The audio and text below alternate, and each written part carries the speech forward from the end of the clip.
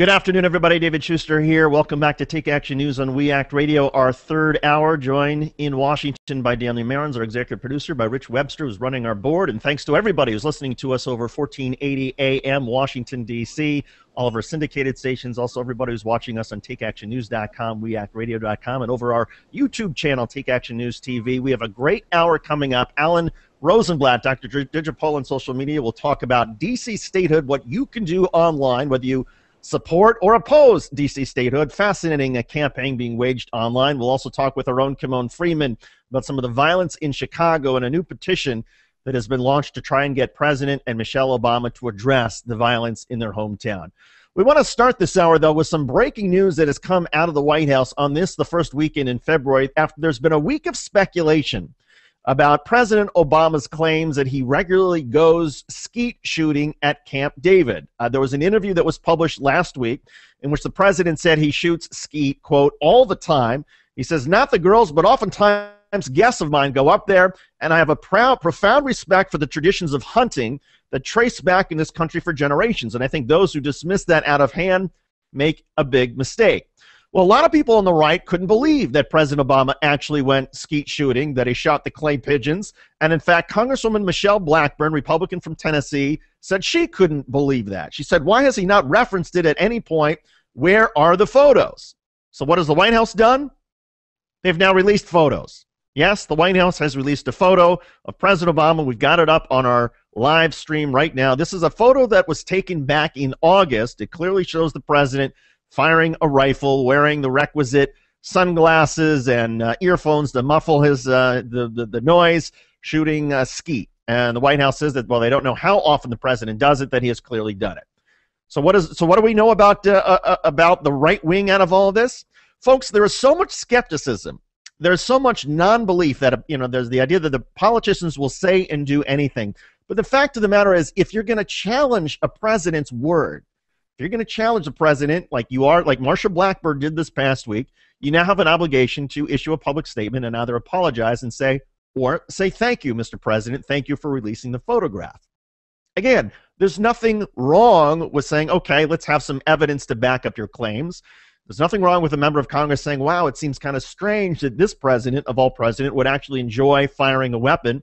But the fact of the matter is, he has proven it now. The president he enjoys skeet shooting. He goes to Camp David and he shoots clay pigeons, oftentimes with guests. Republicans who want to question this president, that's fine, but you also now need to acknowledge they spoke the truth. Here's the evidence.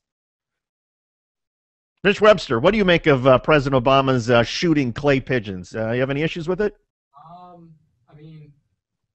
Here's where I stand on the issue, David.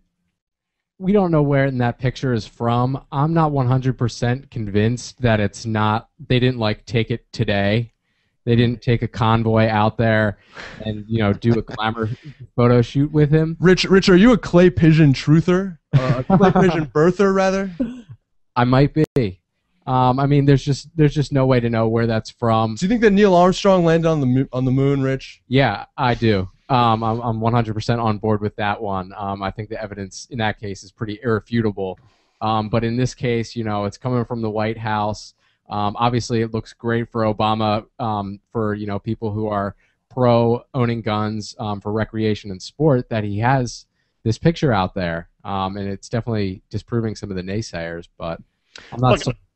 I'm with you, Rich, in the sense that I think it's healthy for all of us in our democracy to have a certain amount of skepticism, to be skeptical about the president or any politician when they make their claims, to request politely that they produce some evidence to back it up.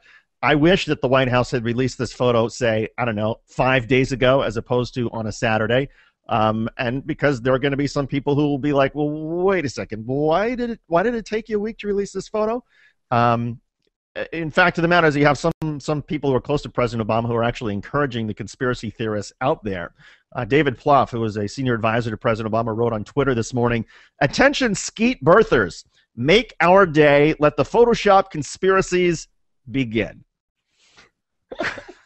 I'm glad the White House is having some fun. But folks, keep in mind, this is great. This is great for all of us because you can take action. If you're skeptical of the president or any politician, if you make your voice heard, they're going to react. I guarantee that if people said, the president claims he's a skeet shooter or whatever, if reporters and people hadn't been skeptical of his initial claims in that interview, the White House wouldn't have reacted at all. We wouldn't have seen this photograph. So bravo to everybody who took action, who said, well, wait a second, you're going to claim that you shoot pigeons at Camp David, that you've actually fired a weapon? Prove it. And I'm glad that the White House has come out and provided the evidence that they say proves this.